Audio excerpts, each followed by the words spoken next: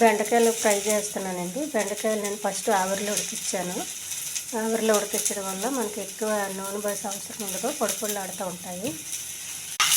తాలింపుకి ఉల్లిపాయ, జీలకర్ర, ఆవాలు వేసాను.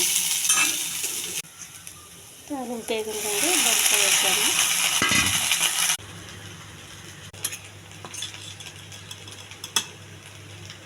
కొంచెం పసుపు అండి, కొంచెం కారం, కొంచెం కొబ్బరి పొడి, కొంచెం పల్లీల పొడి.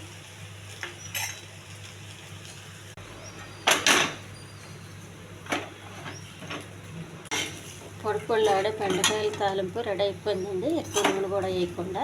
ఇది చాలా బాగుంటుందండి. ఈ ఛానల్ నచ్చితే సబ్స్క్రైబ్ చేయండి, షేర్ చేయండి, లైక్ చేయండి.